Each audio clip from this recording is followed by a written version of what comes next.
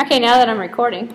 So before, this is lecture number 9, and if you have an Oracle system installed, or if you want to, what you can do is make these tables, and these tables here with the create table command is for the my faculty table and my students table will actually work. So all of the commands in this lecture will work with these tables, but you have to make the tables in your Oracle system. Or if you're using Microsoft Access, you can do it that way as well and populate it with some data in order for the queries to actually return something. But just in case, if you do download it, it is in the presenter's notes on the bottom of the first slide is where you're going to get the create table stuff. So you just cut and paste this, stick it in the SQL Plus window, and you'll have a working system that you can test with. But you don't need it to follow along with the lecture. You can go ahead and understand the lecture without it. So it's number 9, and it's like as I was saying before I started recording, it's review for the final. So it's going to go over a lot of stuff we've seen already, but it's stuff highlighting what's on the final tomorrow. And remembering that the final I went over yesterday, and it's 17 questions. 3 of them are, one of them's drawn, 3 of them are not multiple choice, and the rest of them are multiple choice. So, and the 3 that aren't, have you do an entity relationship diagram, have you translate the diagram, and then the other one's a normalization question. The normalization question is the one that is similar to the number 5, the last assignment. I have a solution to that one, but unfortunately I need you to submit it before I can give you the solution, and the password is the same as the other ones. So that one's not out there yet. However, another thing that you can do between now and tomorrow, if you'd like, is look at the other solutions. And I failed to point it out, so I'm going to do it right now. If you go into the Oracle Database Management Administrative link, and you go down, way down to the course materials link, actually before you get there, you'll see midterm solution. So underneath the midterm, you'll see the midterm solution. The midterm is like about 40 questions, multiple choice style. The multiple choice questions on the final aren't this difficult. They're a little bit easier. Number 4 on the solution is incorrect though. It should be number D, none of the above. And the password for the solution is Oracle Rules, and it's right underneath, written right here just in case you forget it. Also, if you click on the course materials link and you go down to the bottom where it says assignments, you see assignment number 1 solutions there, assignment number 2, assignment number 3. These don't have a password on them. Number 3 does have a password. Number 4 you haven't turned in yet. There's no solution for it because it's a hierarchical versus database, object-oriented databases, and it's a paper that you're writing. Number 5 does have a solution, but I can't post it yet because it hasn't been due yet, which is kind of an interesting timing for this course, this final tomorrow. If you want to see the solution, however, and you've done it, send me your completed assignment by email so I can see that you did the assignment. Then I'll send you the solution. And you have to keep it private. Otherwise, it's just cheating yourself, actually, if you share the solution with others. But please do keep it confidential. But if you show me that you've done it, I probably won't check the email tonight. I'll probably check it tomorrow morning, actually. So if you've done it and you want to see it before the final, send me an email message with it. That way I know you've done it, and I can give you the solution. And then I just have to trust you're not going to share it with everybody. But the solution will help you understand the concept of normalization. So even if you don't see it before tomorrow, I will put it up here eventually so you can take a look at it. It might help you figure out what in the world, just in case you were off on the wrong tangent or something. But yes, that might help you. So lecture number 9, if anyone who has not signed the attendance yet, everyone, okay, maybe hold on to it for like another 10 minutes. Yeah, send him when she comes in. Send him to him. Yeah, he still has it. All right, creating and maintaining database objects. So I'm gonna lecture through this, which is about 100 slides. It'll probably take me about less than an hour, maybe an hour and a half. Depends on how long-winded I am. And then we'll have more time at the end to finish up working on that normalization assignment if you want to see the solution. And then we're getting out of here probably about 4:30, 4:45. Do I hear 4? Do I hear 4 o'clock? No, I gotta sort of play it by ear. No promises, but I'm shooting between 4 and 5:15, 5:30, 4 o'clock. No promises, no promises. All right, just let you know. I don't want to get in trouble either. So, All right, so SQL Scripts. I know it's a long weekend though. Anyway, so I'll determine the time depending upon how long it takes me to get through this lecture. So let me get through as fast as possible. Here we go. Creating and maintaining database objects. What are we looking at? And this is a review, by the way, so none of this stuff should look brand new to you. But some of it might, especially if you've missed some of the reading, or reading through some of the other slides. We have the concept of the SQL scripts, and as I mentioned before, we usually put the commands in text files and run them like scripts so that we don't have to keep typing everything in every time we want to create a table. It's a nice way to document and archive what you were using to create tables and also to run queries and things. So I don't know if I've actually formally shown you, however, how to do this. So you put everything in a text file, and it contains a sequence of SQL commands, and then you run it. So running a script, you'd actually use the word start. So, and this is the picture of the Oracle SQL Plus window. It is not a DOS command prompt, it's a console window to the Oracle database. If you haven't done the install yet, this is what it looks like. You don't necessarily have to do the install though. You can probably get by without it. Anyway, so you start the path to the script file and then the name of the script file. So the path cannot contain any blanks. So here's an example of it down here.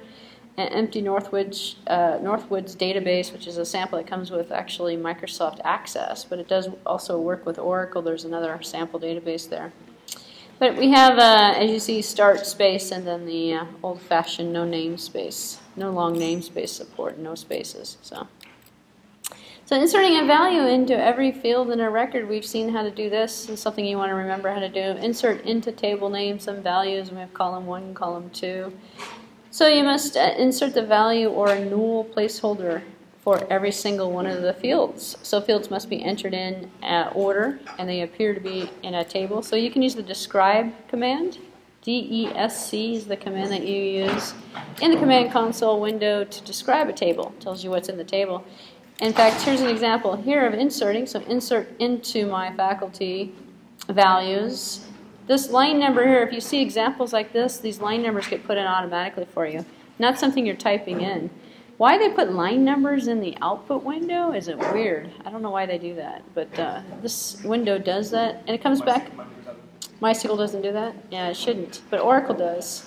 Even current version still does. This is an old screenshot, but even the current version, it puts line numbers in every time you press return.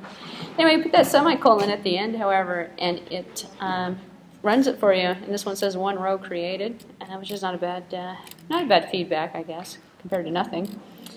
So inserting selected table fields, and here's a command here, another way of doing it. Remember, there's multiple ways of inserting, and this is an example of both ways. So insert into table, column 1, column 2, column 3, these values, where you can actually set the order. So this is the other way of running it. So it says insert into my students, student name, comma, student, or S age, and the values Jason and 21 are inserted in there. So we have this where we're just going to know the order, and we're just going to put the values in. Well, here's the same way, where we're specifying.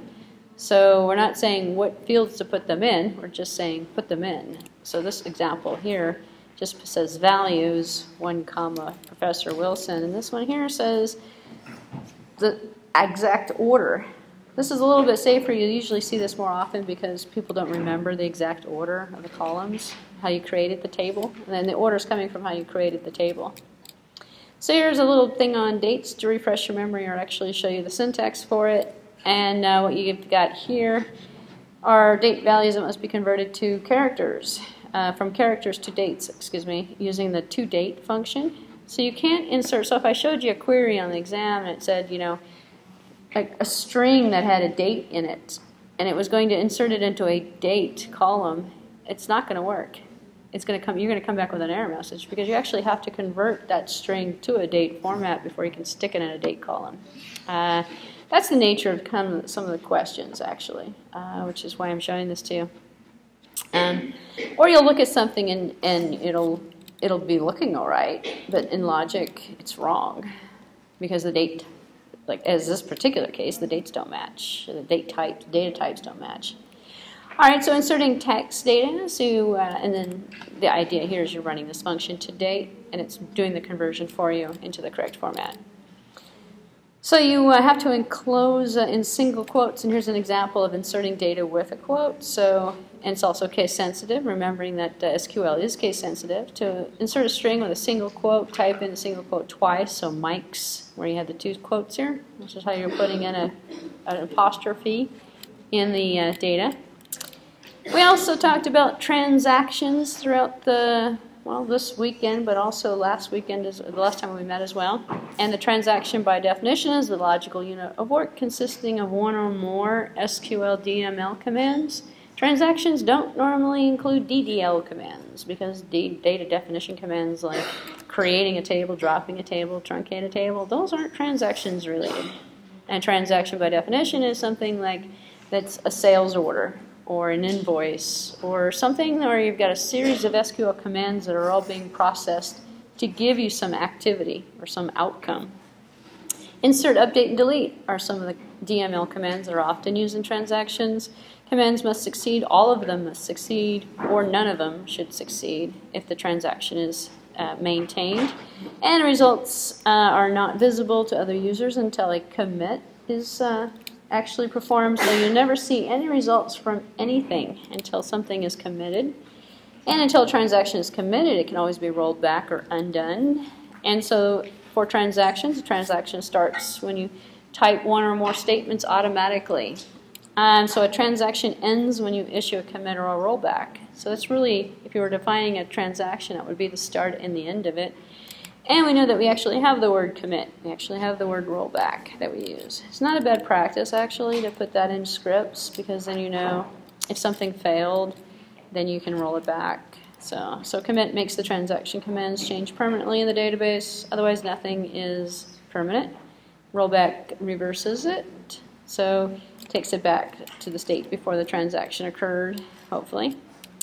We also have this concept of save points because transactions are important. We can create a save point and then roll back to the save points. So every transaction can be divided out into its series of commands that make up that transaction, and then we can commit or we can roll back, and then we can have save points and go back to certain spots. Here's an example here. You actually type the word save point, and here's an example that says save point, order save. So it's kind of like a bookmark. It's a place in your SQL script that you're writing in this SQL Plus window, and it's a feature of the SQL Plus window. So save points are not a feature of, let's say, MySQL, but they have a similar kind of approach to it. This is completely Oracle based. And then if you said save point, order save, and it says a save point created, and then do something, insert this in, and then create another save point, and then do something else, and then roll back to order line save point, rolls it completely back up to the order, order line, which is this one here. So you can put save points in there, allows you to roll back to certain spots and not have to roll everything back. Because what you don't want to do is sit there for a couple of days with an open SQL window and then roll back, and then you've deleted everything you've done for the last 2 days in the window, completely gone. So if you have save points, then you can kind of figure out what area you want to roll back to. Just to mark individual sections of transactions so you can roll back to the different save points. In terms of updating data, we've seen this update command, update a table. So records can be updated at one time in a table, or they can be done at multiple records at one time using a search condition. In terms of the search conditions, in fact, hopefully you'll review maybe tonight, I don't know, the syntax for basic SQL. You don't have to write any SQL statements, but you'll have to look at some. So knowing that the update table, set column to equal this, set column to equal that, and you can use a where condition, the group by, the having, all that kind of, the aggregates for kind of, you'll see them in questions, but you don't necessarily have to write it, but you sort of do have to know what the SQL statement's doing, to the most part, which is probably easier to figure out. So in terms of the where clause, we're searching on a condition, and so we have operators. In this particular case, the equals, the less than. I'm not going to quiz you on each one of the operators, but you might see like or between or in or not in terms of those available operators. And if you look at the midterm solution, you'll see the answers to that. And also for the assignment number 3, I believe, which was the one that had you write SQL queries, You might notice that some of the queries on your solution will look different than the ones you wrote. So there's a couple of different ways of writing queries. So you may have used a group by, you may not have. Depending upon your technique, your answers may vary, which is why I'm not having you write them on the exam. Because you might write something different that's right, but it's just convoluted or something. It's not exactly what I was looking for, but it might be technically correct. So it's easier to kind of grade it when it's a multiple choice. You're just looking and telling me which one's right and which one's wrong or something. So here's examples of using search conditions where we've got S names equal to Sarah, and we have a single quotes around this one. So text in single quotes is case sensitive. Remembering that it's a good idea. Deleting records, we can delete from a table where a search condition exists. We can delete multiple records. The same way as we can search on or update multiple records, the delete works the same way. If the search condition is omitted, all the tables are deleted. Excuse me, all table records are deleted. So you say delete from students, and we'll remove everything. Which is kind of a scary kind of thing to do, but you can roll back, so you can get rid of it. You can't delete a record if it contains a primary key value that is referenced as a foreign key. That's a restriction, actually. Then we have this lovely word called truncate. Truncate removes all the data without saving any rollback information. If you know you're not going to use it, then you truncate the table. If you delete the table, all that stuff is rollbackable. But it's being saved in the cursor. So what ends up happening is that cursor gets big, fills up, database runs slow. Not good for performance reasons, especially if you've done it a couple of times and you haven't reset anything, and you haven't rolled back or done anything with it. So if you use this truncate, it's a great way of not bogging down your system with extra memory that it needs to hold on to. But unfortunately, you have to be pretty committed to it, because it's going to automatically commit it. And no advantage. So the advantages of a truncate is the fastest way to delete the table data. Disadvantage, can't be undone. So you just go, instead of delete, you just say truncate table, name of the table. Sequences. Sequences are lists of numbers that are automatically generated by the database. I talked about sequences yesterday when I talked about database designing. And creating a sequence is sort of like how banking systems keep track of transactions. Every time you go to an ATM machine, you might notice on the ATM receipt you have a sequence number. You have a number of your transaction. When you go into Fry's, you have a number for the transaction. It's a global numbering system that keeps track of all the transactions that occur in the bank, outside of the bank, on the phone. Even if you do like a wire transfer, or even if you do like a automatic check pay or something, you might even find when you go through the automated system, it says, check number 777. I'm like, oh, I'm going to write check number 77. Where did that come from? It's a sequence that was automatically generated to keep track of your transaction. So sequences are held in special tables, and then they're added and updated to other tables. So there's a table of sequences, and it's just a numbering system. So you create a sequence, and it generates a numbering, and you say, give me the next number, give me the next number. And you insert those numbers in the database tables, and it keeps track of it's kind of like an artificial key in some ways, which is a great way of keeping track when there's no other way of keeping track. And so how are you going to keep track of transactions for the most part? You're going to have a transaction number, and where's that going to come from? If you keep a global system of those numbers, everybody will have incremented correctly. If you make up artificial numbering from the application that's running the database, then the application resets the numbering system. You have no control over it. If you put it in the database, you have a lot more control over it. So it's used to generate values for surrogate keys sometimes as well. So we say create sequence space, the name of the sequence. Or we can create sequence space F for faculty ID sequence and start with 200. So usually that's when they order checks and they go, what number do you want to start with? Well, it depends on what sequence you're in. So that's what a sequence is. Querying the sequence and the sequence in the data dictionary view. Here we go. From the data dictionary, we can say select star from user sequences. So user sequences is a table held by Dual, which is part of the system. So a system account for Oracle keeps track of tables that are associated with things that the DBA is doing. So we have course ID sequences, customer ID sequences. These are all different types of sequences. And it gives you the, what was the last number used, how many of them are out there, kind of stuff like that. We also have this concept called the pseudo columns, and when we start using internet databases and applications to connect to databases, we can create these columns and they act like columns in the database query, but they're not columns. That's why they're pseudo. They're made up. So actually a command that returns a specific value, so used to retrieve current system date, perhaps, name of the current database user, next value in a sequence would be an example of that. And here's some examples here of pseudo examples. Current value, most currently retrieved sequence value. Next value is sysdate. And then we know how to do that using aliases and pseudo columns and the outputs of SQL queries. We can run a query, put in there and the results that we get from the record set that comes back, the current date or the user who did this and stuff like that. And that's how you see on receipts. Sometimes you see, salesperson was this, happened on this date. Well, it's all being generated from the sequence, or excuse me, it's being generated from the system. Here's some examples. You can go select sysdate from dual. All the system date, system parameters are kept in a table called dual. Dual is available by the system administrator, or system user. So retrieving the names of the current user, select user from dual. There's a system table used for pseudo columns. Using pseudo columns with sequences, you can say access the next value in the sequence by going sequence.nextValue. Inserting a new record using a sequence, you can say, here's the value, faculty_ID sequence.nextValue. And you're putting this in and using an insert into the name of the table, these values, and you're taking it, instead of hard setting it, you're taking it from the sequence, which is how you're going to get that sequence value inside of the table, which is interesting. So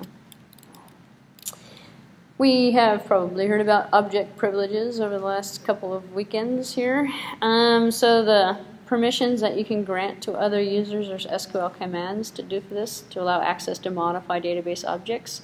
So granting object privileges works with a grant, privilege 1, privilege 2, on an object. So you can grant privileges on sequences, on views, on tables, on indexes. These are all objects that appear under the user object.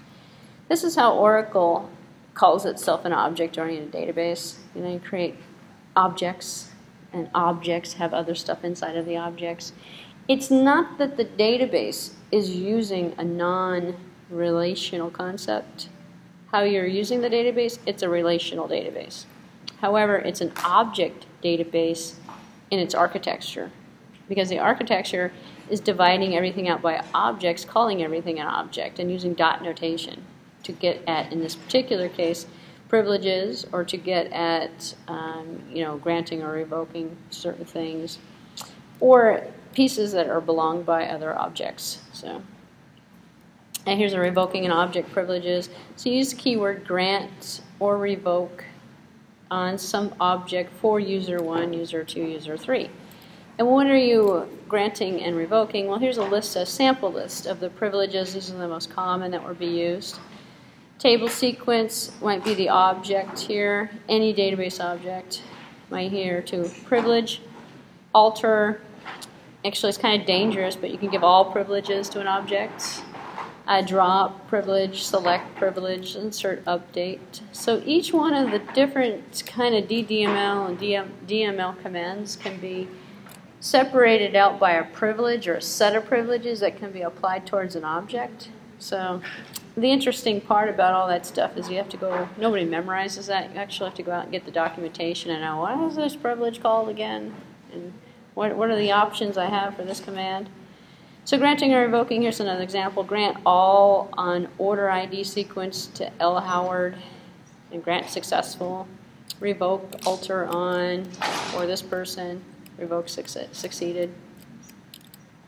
So retrieving data from a single table, we know how to do that using a select command. Select column 1, column 2 from a table where a search condition exists. We can retrieve every column by using the asterisk, if you remember. Select star from, etc.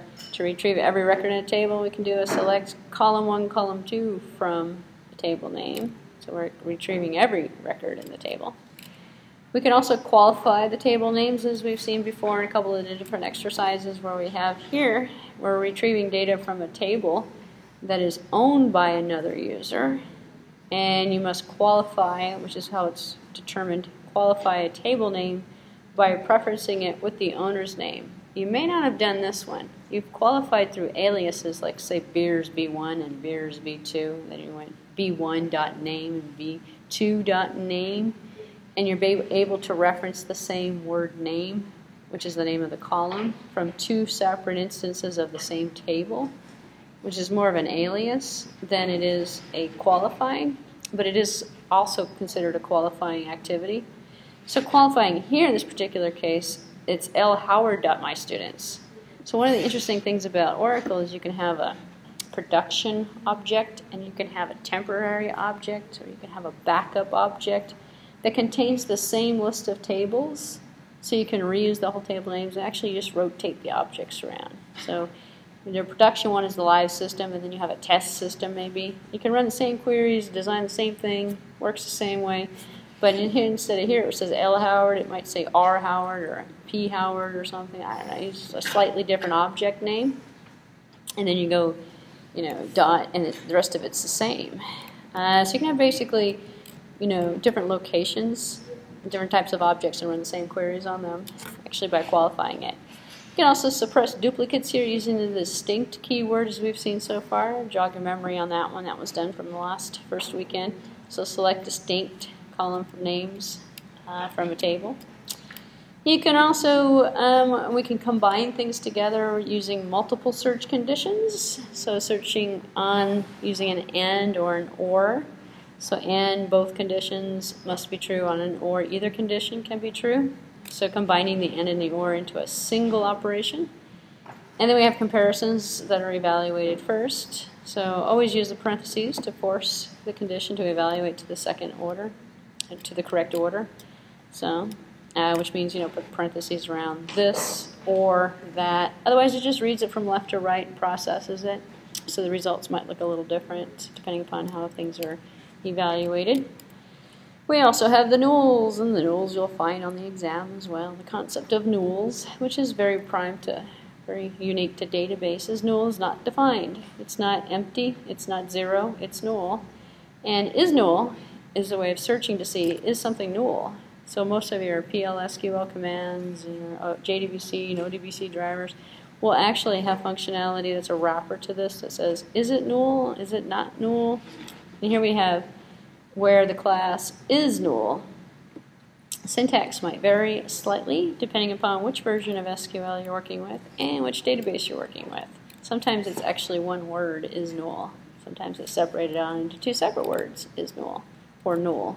So you can check to see something is or not. And here's not null. So searching for not null records. So the is not null operator in this particular case, where we have a student name and age from my students, where the class is not null, which comes in handy for finding out. So there is a syntax available to check on that. You're not going to be quizzed on the syntax. However, the concept of the null is definitely mentioned in one of the multiple choice questions. So you use the in and the not in operators as well, remembering that you can do bag and set theory, calculations. So here where the in retrieves all the values where the search column values match a set of values. So select star from enrollment where the grade is in. It's in here somewhere. So you have more than one because it's in the group for a set. Not in retrieves all the values where the search column value matches a set of values. So it's not in here. Instead of being in here, we just use keyword not. It gives us the opposite behavior. We can also use like operators. So the like performs an exact search by matching parts of character string. So here's where the field name is like, and then some character string, and we can actually use percent signs and underscores for characters or for wildcard strings of any length. And here's the examples here where the percent sign is put at the end. So it starts out with a J and it has any number of other characters following it. Or there's only one character here. The underscore means that we're filling in one character plus a capital R. this is case sensitive, by the way, as well. So character strings must be in single quotes and using wildcard characters. For the like, if we put in exact, it's an equals, not a like. So we use the like with the wildcard characters to get pattern matching of sequences rather than just doing equality. So the underscore here representing the single wild character. Wild characters can be placed at the beginning or the end of the string. So this can be at the beginning or the end, or this can be at the beginning or the end. You can put many, and you can put them both together in the same statement. So sorting query results, you can use the order by clause. Now you can select the sort key, which is a column by which the output is going to be sorted. So we can say select student name and age from students, order by student age. So you're going to put it in that particular order. It does set the order, actually. I believe some of the multiple choice questions on the midterm take-home was using group by and having it ordered and stuff. Don't worry about those questions, however. Those questions are harder than what's on the final, because that one's a take-home. So the final's in class, so I'm not going to expect you to memorize all the different tricks that are associated with each one of those queries. There's hard questions on that midterm. So, sorting query data, we can do an ascending or a descending sort on the data. So the default sort order. So we go order by. So instead of saying just student age, we can go descending. So we can order it in a descending sorted order. So using ascending and descending as a way to order from newest to oldest or alphabeticalized data. We can also use arithmetic operators on retrieving data. If you remember, we have the plus, the minus, the multiplication, the division. So select inventory ID. And you might have remembered this. What does that say? I don't know. Times price. Quantity on hand. This is a Q. It looks like a G. QOH, quantity on hand, times the price from the inventory. And then we can use an alias and put in as something. Would make it a little bit more, more informative when we looked at those results. We can also use some of the functions. I'm not going to quiz you on each one of these functions, but you might see some functions in some of the questions. Absolute value, ceiling, floor, mod, power, just the basic stuff. Truncate, truncates remove spaces. Truncates a number to the nearest whole. We have left, right trim, left trim. Those trim, just base trim that trims both sides actually automatically. But you're not going to be quizzed on all the different functions. So we can also use a single row member function. So here we have select as an example S name, student name, comma, truncate, system date, well you're going to get a birth date here, minus date of birth divided by 365. From my students, which is the name of the table. So this would be referred to as a single row number function, because versus an average or a minimum or a maximum or something, which would be a group by function normally, because you're going to group by all of the results by something. You don't put a group by in there, you get one number. Give me the average sale price for everything. It just comes back with one number. So here's some other single row character functions: concatenate, length, left pad, left trim, right trim, replace. Upper and lower come in handy all the time actually, because you're taking, in some cases, web form data and you're going to convert it to something to make it look clean for the database. People like to type in all caps, or I don't know, convert it to all caps, and then all the CAs look like CA instead of lowercase a and capital C and for the state. So using a single row character function example, here is a select upper, put it to uppercase from my students. And then we also have the date arithmetic that can be performed, which is kind of interesting. We say order date plus 30. It adds 30 days. So to find a date that is a specific number of days before or after a known date, add or subtract the number of the known date, which is kind of interesting because you see people are going through all these convoluted ways of taking and figuring out how many days this invoice is late, or when is the invoice due. You just take the date plus 30, and then it automatically gives you the calculation you're looking for. But if you don't know you can't do that, then, and here's another way of doing it actually, just take the system date minus the student date of birth. So And then if you do that, you're going to get well, you're going to get the number of days, how old the person is. Find the number of days between the known dates. Subtract the later date from the earlier date. So you can subtract dates, you can add dates, you can do all sorts of things to dates that you can't normally do in other programming languages, but SQL actually allows for that. And then here's our date functions that you may not be aware of. You can add months as an example. Returns a date that is a specific number of months after a given date. So we can say, how many months is the term? You know, it's like 15 weeks. You know, so we can calculate how many months that might be, or add another month to it, or do something with it by adding it. So we have select add months, and which is going to be system date comma 6. So the add months is going to take the system date and add 6 months to it from dual. We have to do it from dual because it's a system date. So we take it from a table and we're going to select the system date plus 6 months, and it's going to tell us when 6 months is now. What's 6 months from now? The last date returns the date that is the last day of the month. Why do you need that? Because you're writing an Oracle application that works with something having to do with a financial something, like an invoice or something. And you want it to return on the last day of the month.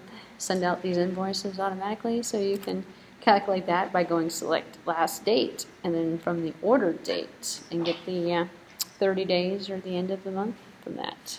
Actually, your billing for cell phones and stuff like that works the same way, because you have a date in there. You know, this is the date, your bill date, and they're using that date as a calculation for when they should generate the query, because it's all stored in a database, to go through and count up how much you owe from how many overcharges you had, and text messages, and all the other stuff that you may have had on your bill. Well, they can easily calculate that and not have to do it manually. Here's the months between, which is kind of interesting. Returns the number of months between two input dates. Here's an example where you're selecting the months between order date and system date. And then from customer order, where the customer order is equal to 10/7/57. So you're going to have a particular order ID come out of that. We also have the grouping functions, as we've seen. All of these require the group by at the bottom of the query. So used to perform the operation on a field from a group of retrieved records, which is why that group by is there. So you have to have the retrieved value as part of the aggregate, or you have to put it on the select line.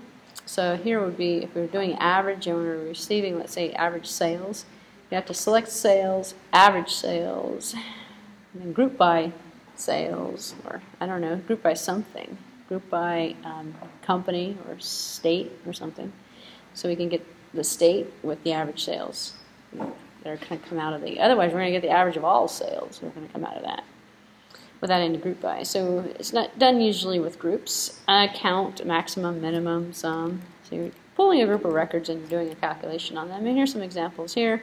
Select the average age from the students, the maximum, minimum, the sum of all the ages. I don't know what that would really give us though.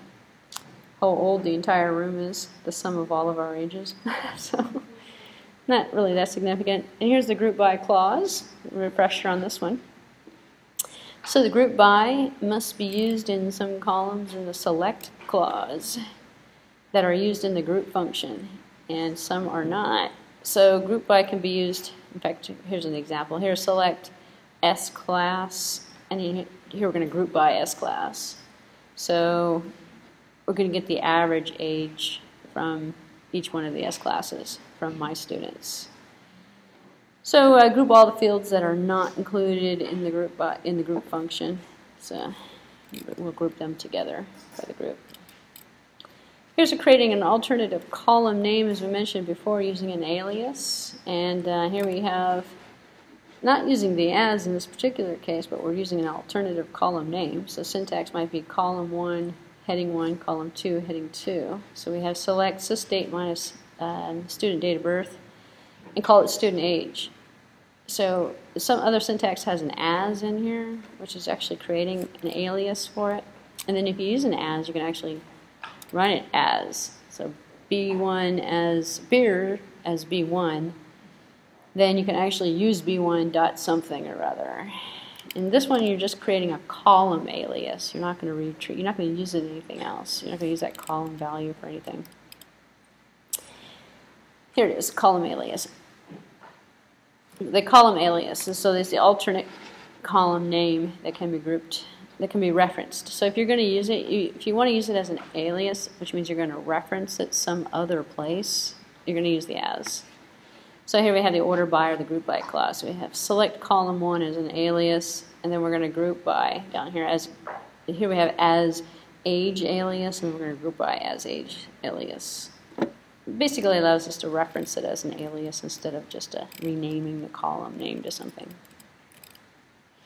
So we have dynamic SQL queries. These are queries that allow users to specify search conditions at runtime. And it's very handy to actually use this with PLSQL and or JDBC or any other object database technique that you're writing an application for.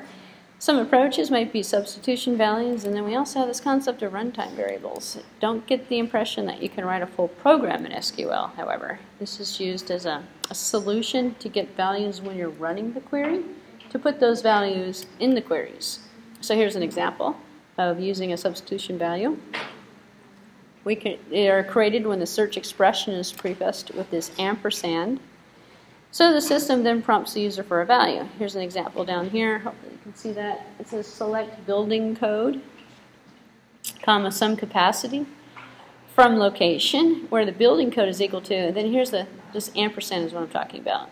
So it doesn't know what to do because you're not going to give it the building code. You're going to have the user type in the building code when they run the query. If you put it into a file, what they're doing is accessing this query on demand.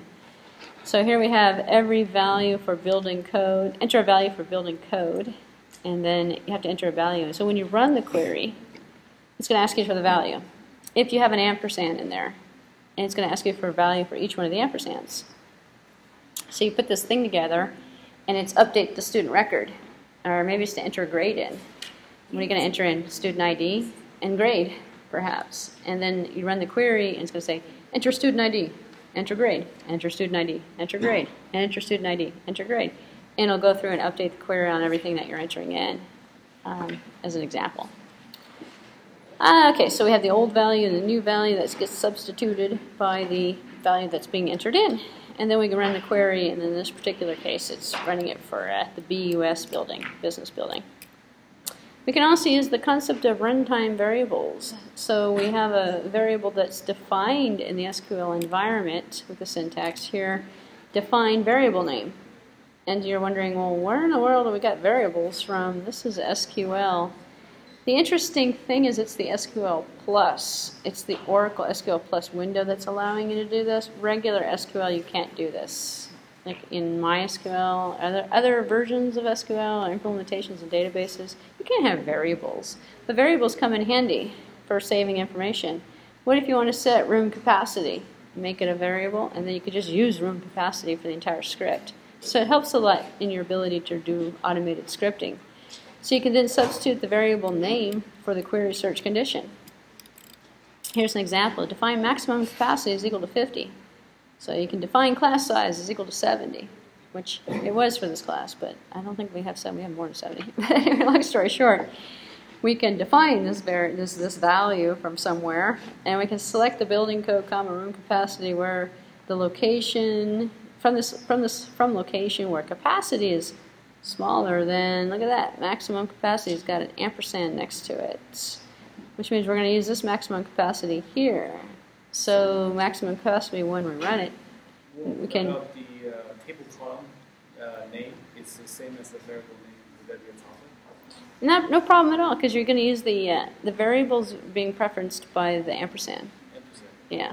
So the ampersand is differentiating this. So if it was maximum capacity, you had that in there somewhere, it's not going to be. It's going to know the difference because of this ampersand. So you can go back and, let's say, for example, further down the road, change maximum capacity to 10 or something, or have your script change it to 10 or something. And then as the query runs, it can, decrement the inventory or keep track of how many's in stock or what's our leftover capacity, and can we put more students in, and then use the business logic as the query is running. So, and it allows you to kind of just use the variable to keep track of this. You're not going to create a lot of variables. You're going to do something like, in this particular example, to keep track of quantity, on hand or something, or cost perhaps. You might be able to keep a variable that keeps track of the shopping cart's costs or the tax or something, and then substitute that value in when it's needed. So formatting data using the toCharacter function, just same thing we have with dates. We also have to say if it's a character, it's a character. If it's a string, it's a string when we put the data in there. So used to display numbers and date values using a specific format mask. So here's toCharacter, the field name with the format mask. So down here we have select ID, number, day, toCharacter. What do we have toCharacter here? Time. Hours, minutes, and seconds. So it's going to give us that as characters, putting in the hours, minutes, and seconds with the colon in this format. So we had hours, minutes, and seconds, and with AM, and we have PM here.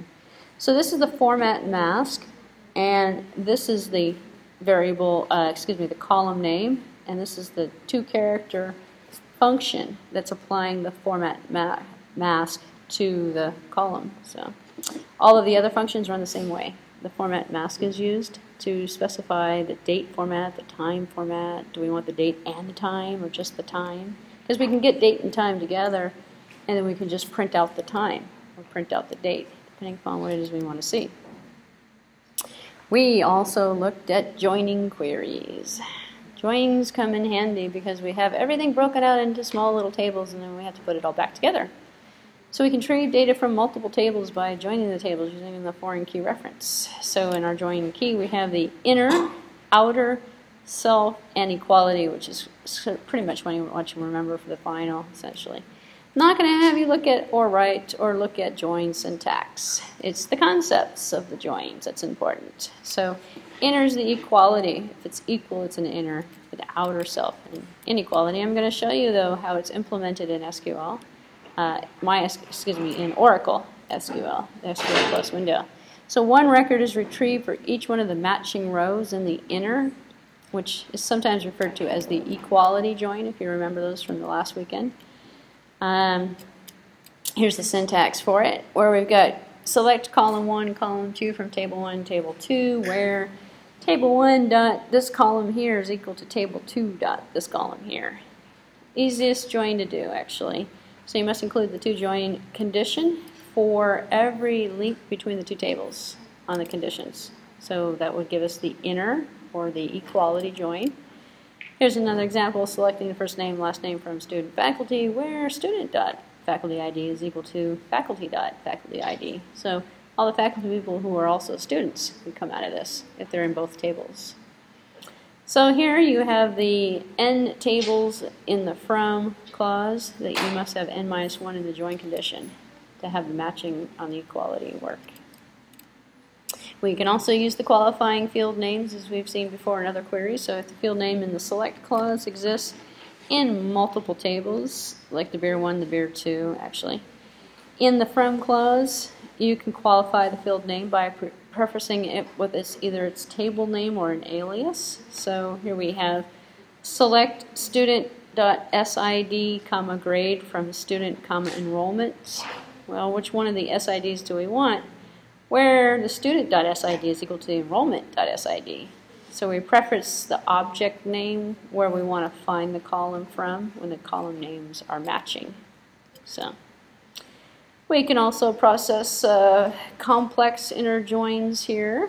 So identifying all the tables, I'm not quite sure what happened to the bullets here. Identifying all the tables involved in the query and the label by displaying the fields, joining the fields, and searching for the fields. So write the query that lists all the displays in the select clause and lists all the table names in the from clause, and then the join conditions in the where clause, and then we have the search condition that we can do in the where clause. So the inner is the equality. The outer, well, we have the limitations on inner joins. Some records may be omitted if corresponding records don't exist to one in the table. So inner is going to be equality or matching. So outer is going to be everything else as well. So an example of it, retrieve records for all students along with their corresponding enrollment information.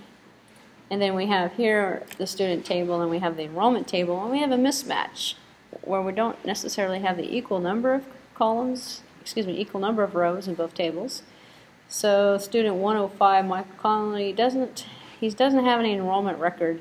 So if we used an inner join, he'd be dropped off because there's no equality with that. However, what we can do though is for the outer joins, include that extra row. So no records retrieved from Michael. And this is the inner join going on. So to create the outer join, we put a plus symbol next to it. So to include records in the first inner table, even when they don't have matching records in the second outer table, you place the outer join marker, the plus symbol, besides the outer table name in the join clause. And here's the example of it right here. Doesn't work with it works with the MySQL Plus window. Doesn't work with other databases, however, not standard SQL syntax. But that might make this interesting. You don't have to design complicated query where conditions. All you have to do is put a plus there and you can get everything. So it automatically converts an inner to an outer join. Outer join includes everything, not just the equality. So you select last name, first name, section number, grade from student, enrollment. So you put both table names on the from. And then on the where clause, it's going to be where student.id is equal to enrollment.id, which would give us the inequality. Excuse me, the equality. We put the plus here, that's the outer join marker. So plus everything else. Or we use keyword, right? In some languages, you can do the left outer join. You can also use left outer join keyword. Good idea. I mean, good remark. It depends on the interface. This is supported in the MySQL 1+ window. You might run into a situation when you're not using this window, or when you're not using Oracle. You're using MySQL or something. Self-joins. That's joining a table on itself. We've seen that many times, actually. Used to join a table to itself when the table has a hierarchical relationship. And that's where we had the B1 and the B2s. B1 and B2, which are both from the beer table, to query the table onto itself. So to create a self-join, and it's called a self-join, by the way, you need to create a table alias and make it, give it an alternative name for the table and create a join condition on the alias. So the syntax is to create a table alias in the from clause. And here's a kind of an example of another self-join where we've got parent projects and we have sub-projects and we have projects, so we can take from the parent project, a sub-project to a project and join it itself. So you're joining a table essentially with itself. It's the same way as you're querying a table to itself and treating it as two separate instances of the same table by using the alias. And here's the query that would do that actually for the example we just looked at. Select parent project dot project name, comma, sub-project project name from, and here's the key, project space parent project, comma, project space sub-project. So the project has now two aliases to it, where the sub-project dot parent ID is equal to parent project dot parent ID, or project ID, excuse me. So you're using the PID project, well actually this is one of those parent project ID and the PID, both of them together. So it doesn't really matter what you're joining it on. The idea is you're making an alias of the same table, so you're doing it twice. So the equality join is the inner join. The inequality join is a different join. So a join is created by placing or making a join condition satisfying an inequality condition. So it's anything that's not equals comes into the inequality. Less than, greater than or equals to, less than or equals to, greater than. You can put an equals in there, but what we're really looking for is where, in this particular case, faculty location ID is less than location ID. It's referred to as the inequality. Inequality is going to come back with the ones that match the condition instead of the equals. So the equals is really just the inner join, and the inequality is everything else. The opposite of equals. Nested queries. We saw this in many examples on the first weekend. We created a subquery and a nested within the main query. We know that the subqueries always run first, and then the results get substituted in. We have some queries that run subqueries that produce one result, and then we have some subqueries that produce multiple results that are substituted in. We have to design the queries to work with either one or multiple. Otherwise, we're going to get an error when the query runs. So it's not smart enough to figure out it only got one and it's supposed to treat it like a group. So then we end up with equality problems. So the main query, the first query, is listed in the select command, and then on subqueries it retrieves one or more values that are specify the main query search condition. Here's an example of it, and we've seen this before. Nested queries here with subquery results to a single value. All this here is going to come down to a single value. And now we're going to be able to use an equals in the main query. We can't use anything but an equals on a subquery that produces only one value. If we do, we're going to end up with an error message. So we only have one value to choose from. Here's one that we used in. So one of the reasons why we use in is because we have a set of values that came back. We have more than one value that was returned. In that particular case, we're trying to see if something is in this grouping. And if so, then return some multiple values. Run the query to see if it's in this. So outer query using in as highlighted here is demonstrating that concept. I'm not going to go through the queries. I'm going to kind of assume you guys know about queries already in terms of how to run them. So, using set operations in queries so we can perform set operations on output of two unrelated queries. So both queries must have the same number of display fields. So we can do a query on a query as two separate sets. Corresponding display fields must have the same data type as well. We have to have apples and apples when we're doing this query. What are we talking about? We're taking one set and unioning another set, and they're all numbers, or they're all strings. Or we're trying to find a union all. So the union combines results, suppresses duplicate rows. So if I have a set ABC and I have a set ABCD, I'm going to have ABCD. So suppresses those duplicates. If I do union all, combines and displays the duplicates. In that case, I'm going to have ABC and ABCD all together. So I'm going to have two A's, two B's, and two C's, and only one D, because that's both of them put together. And then we have the intercept, which finds the matching rows. Well, I'm going to come back with ABC. That example, D is going to be left out, because D is not in both. D is only in the second query. And the minus returns the differences between the returned record sets, and that would give me D. The one character that's not in both. It's the difference. So knowing how to do that will actually help you in terms of writing reports that use SQL queries that find information in the data. So selecting records for update. So in a normal select command, the retrieved records are not locked. And they're available for others to view, to update, and to delete. So we can make it so we lock the records when we've selected them for update before we actually do the update, so that we can keep others from changing the information. You can do this in a situation where you have a set number of seats on a plane and you don't want to sell the seat while somebody has selected it to purchase it.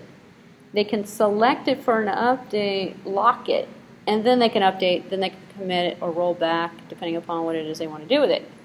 So sometimes you need to select records and then immediately update them based on the retrieved values. Those would be inventory items, airline seats. Here's the syntax for it. So selecting records for update. We have select column 1, column 2 from table 1, table 2, where the search and the join conditions exist for update of column 1, column 2, column 3. So you're specifying which columns you're updating. And then you have NoWait. NoWait on the bottom says don't hang the person who is also checking this record simultaneously. Tell them that this record's locked. Otherwise, the person might sit there indefinitely waiting for the records to unlock, not knowing that they're locked. So NoWait clause is optional. Makes it so that another user tries to retrieve a locked records, the system just doesn't hang there. If you leave out the NoWait, the system's just going to hang there. Bad for application design, because then you end up in a situation where it looks like the program's failing or the query is failing because it's not coming back. It's just hanging there. And then somebody along the line is going to open up that seat that you're trying to buy, hopefully.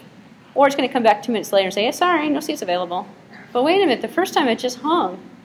So actually, as a consumer, when you're buying stuff, online or you're making airline reservations, you'll see that behavior. It'll come back and you'll see a blank screen for a few minutes. Can we keep the chatter down? Because I feel like it's going to, even on a mic, I feel like I can't talk over you.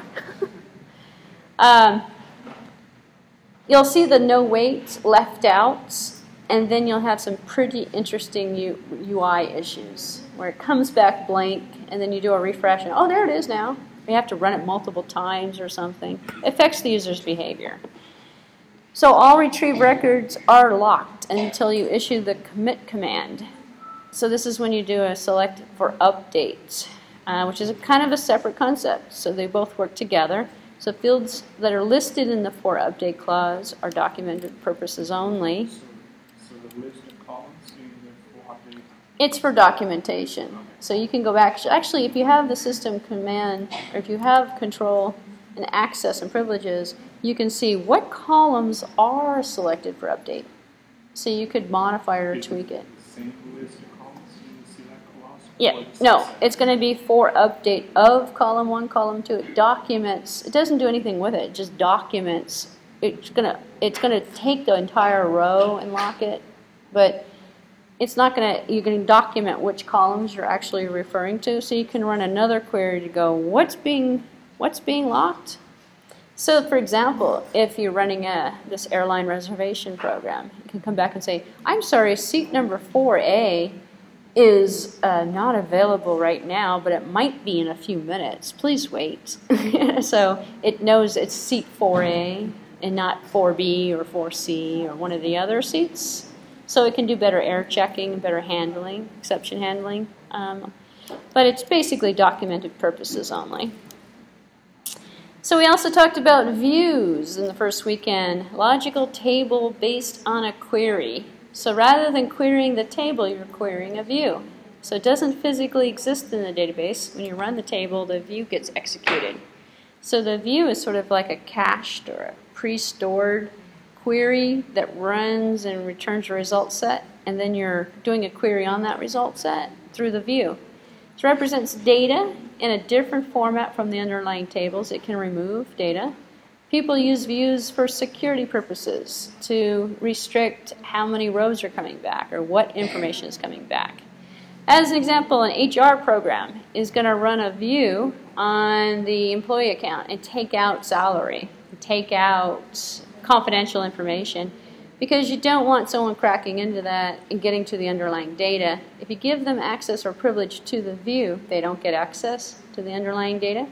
Because if you remember, we don't have row-based privileges. We just have, well, we actually don't have column-based either. We have, you're going to have access to it or you're not going to have access to it kind of privileges. Yeah. So if you do the view for security reasons, it simplifies complex queries as well, because you can create a view, do a query on a view, and you already have 2 queries running instead of 1 query, essentially. So it simplifies complex queries as well. So it presents data in a different format. Here's an example. We can create a view, and then we can give it a view name, and it's basically the view is running as an SQL command. So it's select star from something, which we're probably not going to do a select star on a view. So views can be queried just like the tables, so we select star from the view name. We don't have to recreate the views. We create the views once, they get saved in the system. And then they're just like tables, actually. We use them just like tables. So what can you do on a view? Simple views are based on SQL queries that retrieve data from only one table. So simple view, one table. Supports all table operations. You can insert, update, and delete on single views. On complex views, those are based on queries from multiple tables. You can't do all the same operations. Can only be used to support the select operations. No table operations supported on this. I asked this question like on 5 different finals for every time I've taught this course, actually. And people come back and say, oh no, you can't do that. You can't update a view. Yes, you can.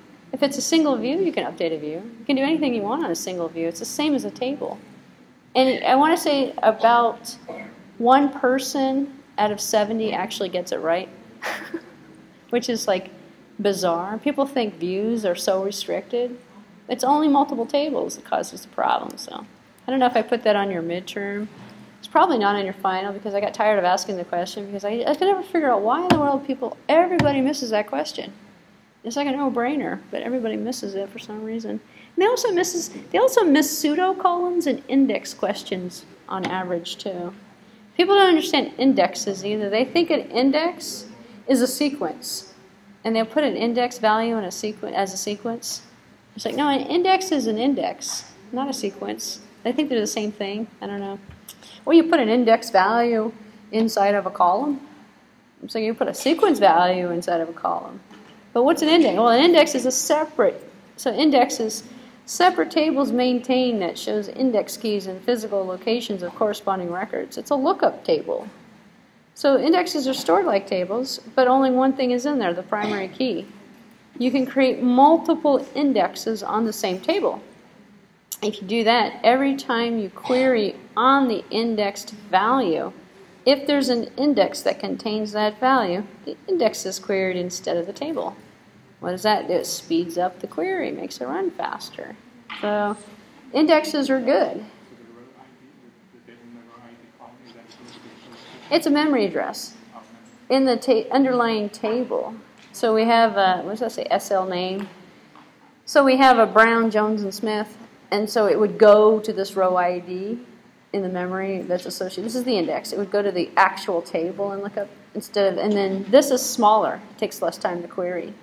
So corresponding records here. So in Oracle, the row ID is translated into the physical location of the row on the disk. How are you going to get through that? Through the cursor. Well, not through the cursor, actually. It's going to be through the memory for Oracle. Improves response time for searches and joins, long story short.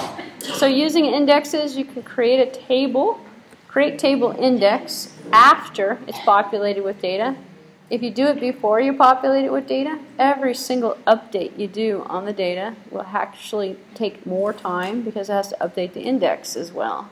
So you pull the indexes off, you populate the tables, you put the indexes on the tables, and then things run great if you're going to query it.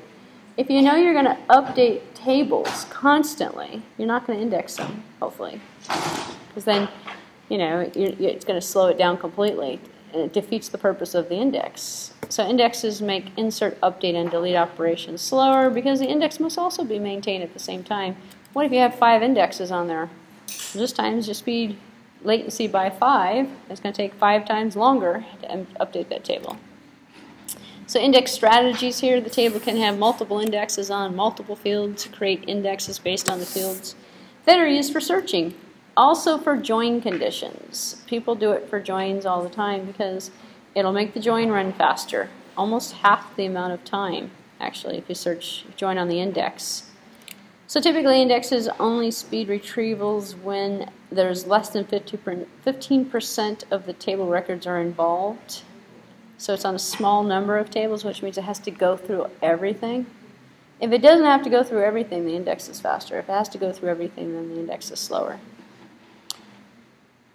Let's see, each additional index adds processing overhead for the insert update. So Oracle primary keys are automatically indexed. You have them automatically for you. So here's a way of creating an index, and here's the SQL query to do it. Create index with an index name on a table on an index field. Index this field. So this is going to be, in this case, last name. And then it's automatically there. You don't have to tell the query to use it. Oracle automatically saves it in the database object, and it becomes part associated with the table and automatically updated. Synonyms, alternate names for tables. So we talked about alternate names for columns in tables. For queries, we can create synonyms when we're working with a production system and a backup system and a test system and the new release system and all these different objects out there, and we can interreplace them using synonyms. This allows you to not to have to preface the table with the owner's subnames or username when you're querying a table that belongs to another user. Here's an example. So a public synonym is available to everybody, can only be created by the DBA. And here's the syntax. You say, well, you create a public synonym name for owner name dot table name. So if we have production dot employee table, and then we have backup dot employee table, we can call one backup, one production, and they're both employee table. But we don't have to worry about all of the long, prefacing where object is it in. Oh, it's an HR dot employee table, and then we have marketing dot employee table, and we have all these employee tables out there because each department decided to keep their employees separated. Well, we can create synonyms for it. Makes it easier to kind of find what you're looking for without having to know what department it's in. So all users with privileges to use the table can also use the synonym instead of the prefacing the owner of the object. And how do you know who owns the object when you're running the object as well? We also have the concept of private synonyms. So it's created private synonyms for any table that you have privileges to. So the user creates the private synonym, not this DBA. Only you can use a synonym. Whoever's created it is the only one who can use it. It's not public, which means you can kind of create the account for HR as an example, create your own synonyms for it, use it. Nobody else can use it in the system. That's nice for testing and for customizing your system, actually, making streamlined applications. Table name is going to be a synonym for, actually, you know what though? That's object name. That's a typo. This is, or owner name. It's actually the same thing over here. Owner name dot table name. That's a typo. So it should be owner name dot. You're the first person who's actually read the slide, I think. Outside of me, maybe. I don't even read the slides though. So, which kind of gives you the private synonym as well. So that kind of concludes the topics. So remember I told you it was 14 multiple choice questions. These are the topics that are actually on there, some of the topics. There's some things that are not in here, but I've actually gone over them already in other lectures. This was sort of the concluding, pre-final exam kind of topic selections to take a look at. And it just basically fills in the blank with some of the examples that we haven't gone over. So I'm going to go ahead and stop this recording, because people at home don't have to listen to the rest of this.